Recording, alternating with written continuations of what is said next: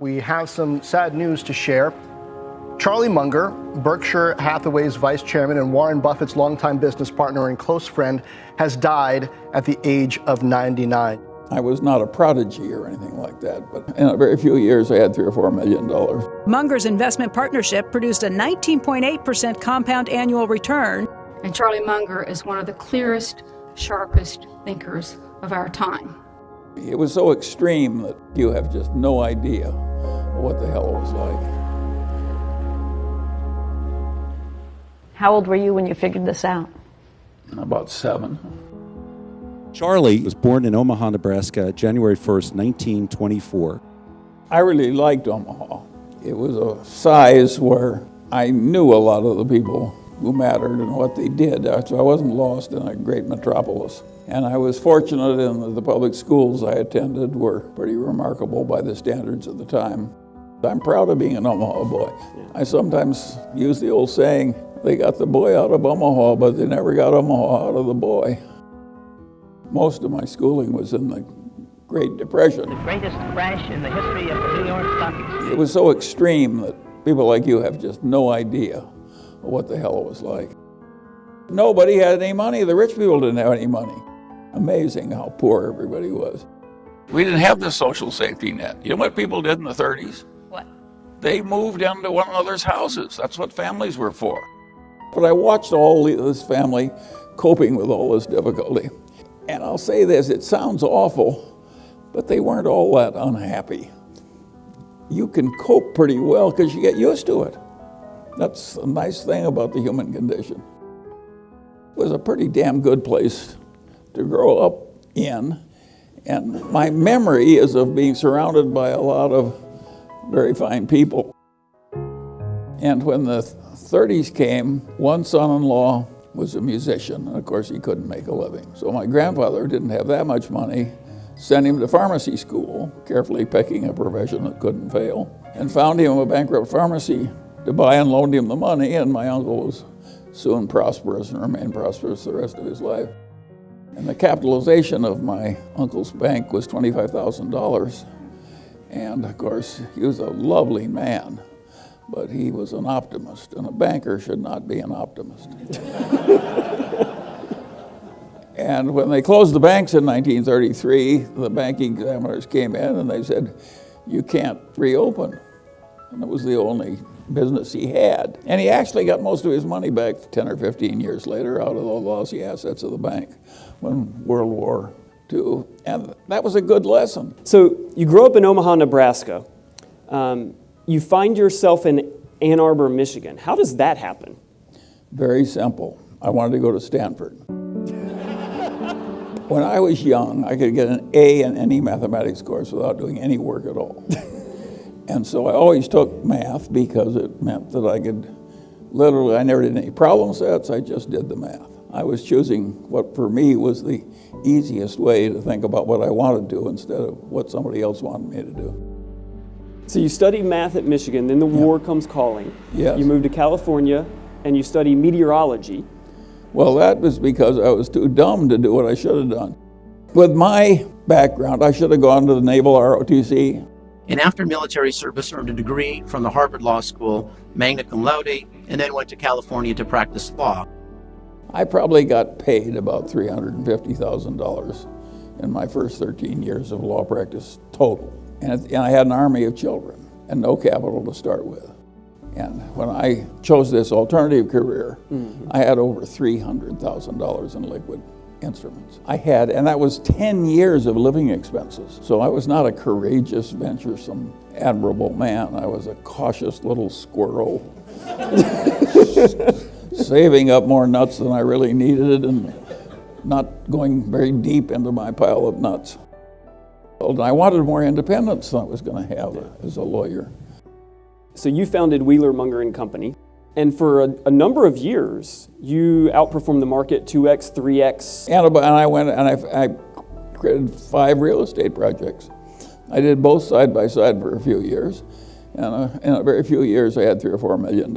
And I found that when you got into things like the 74, 75 crunch, which was the worst since the 30s. I didn't suffer. I knew everything was going to work out. But the quoted prices of these things really went down to ridiculous levels. And some of my investors I knew were suffering. They needed the money.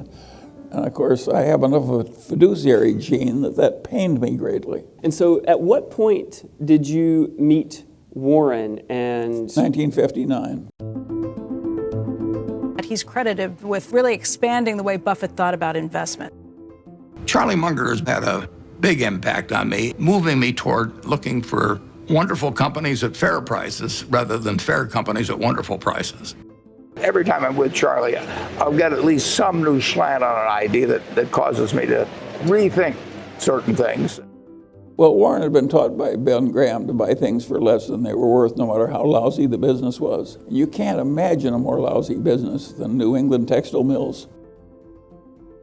Inevitable, certain liquidation. Now, Warren should have known better than to buy into a totally doomed enterprise, but it was so damn cheap, he could buy it at a big discount from liquidating value. But the business was going to die, so the only way to go forward from there was to wring enough money out of this declining textile business to have more money than he'd paid to get in and use it to buy something else. You couldn't scale that business. How did you convince Warren to stop buying the bad apples and start buying the good apples? I think Warren, he gives me credit for that. He was going to learn it anyway. He just made so much money in this other stuff, and he'd been taught it by Ben Graham. Sure. It was hard for him to quit when he was just coining money. We eventually learned not to buy these cigar butts when they were cheap and do these painful liquidations, and to instead buy better businesses. That's the main secret of Berkshire. If one was allowed only one stock to hold for a very long time, and it would be the most important asset to him and his family and their future well-being, please describe what you would look for in that stock or company. And also talk about the features that you would consider most important when you're trying to figure that out. Well, it helps to have somebody that's lucked into a good position. So a great business would be what you'd like, and of course you'd like a great management too. And occasionally we've had both to ride together for a long, long period. The reason it's been successful is we try and buy things that aren't going to require much managerial talent at headquarters. Neither Warren or I have ever used any fancy math in business, and neither did Ben Graham, who taught Warren. Everything I've ever done in business could be done with the simplest algebra and geometry and addition, multiplication, and so forth. If you really know the basic stuff, it's enormously useful, and only a very few people are ever going to need any calculus. You will find, by and large in America, if it's really a great business, it's at least 25 times earnings, and maybe 30 or 35 or something. Of course, that's what makes investment so difficult, is the fact that the good businesses don't stay cheap. You got to somehow recognize a good business before it's recognizable as a good business. That's very hard to do. Everybody's looking for the same thing. And the trouble with it is you will find when you get into those good businesses, places picked over and analyzed as American stocks are. You can imagine the amount of time spent thinking about American stocks. So that makes it much harder, of course, because if something goes wrong, you can lose a lot of your investment. Warren and I have not made our way in life by making successful macroeconomic predictions and betting on our conclusions. But by and large, we don't much bother with trying to predict the tides because we plan to play the game for a long time. I recommend to all of you exactly the same attitude. What's the most important piece of advice that you would offer everyone in the room tonight as they look forward into their futures? You have a moral duty to make yourself as unignorant and as unstupid as you possibly can. And Charlie Munger is one of the clearest, sharpest thinkers of our time. Patience, hard work, and rational thinking. In short, the principles of his personal hero, Benjamin Franklin.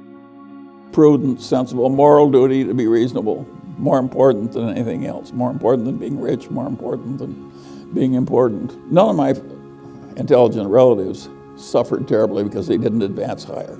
I don't think it's wise to have an ambition to be president of the United States or a billionaire or something like that, because the odds are too much against you. Much better to aim low. I did not intend to get rich. I wanted to get independent. I just overshot. I was not a prodigy or anything like that, but I was a prodigy in having adult interests. I was interested in what worked and what didn't and why. I'm a natural contrarian. I was very judgmental, and I could see that very eminent people that I loved and revered were nuts in some ways, and I would decide, well, I certainly like Dr. Davis, but he's a little nutty in one way, and I'm not going to be like that. The best way to get what you want in life is to deserve what you want. How could it be otherwise? It's not crazy enough so that the world is looking for a lot of undeserving people to reward. It's amazing how if you just get up every morning and keep plugging and have some discipline and keep learning, and it's amazing how it works out okay. Never feel sorry for yourself. And the other thing you never want to have is envy. That's the only one of the deadly sins you're never going to have any fun at all. Pick one of the others. You can be very deserving and very intelligent and very disciplined, but there's also a factor of luck that comes into this thing. And the people who get the outcomes that seem extraordinary, they're the people who have discipline and intelligence and good virtue, plus a hell of a lot of luck. Why wouldn't the world work like that? So you shouldn't give credit for the unusual. I tried to include as many parts of Charlie Munger's wonderful life in this video, but there is so much more that I left out, so I highly encourage everyone to go and read his books, listen to the Daily Journal Q&A sessions, and the decades of Berkshire Hathaway meetings that are available for free online. Charlie Munger is one of few people who've made a massive impact on my life, whether it be the investing principles that I use to this day for analyzing and building my own, analyzing stocks and building my own portfolio, to even just life principles that I've used to build independence and have a life that I thoroughly enjoy. To Charlie, I'm so glad that over the last couple of years, I've had a couple of opportunities to come and listen to you in Omaha at the Berkshire Hathaway meetings. Those meetings will not be the same without you. So rest in peace.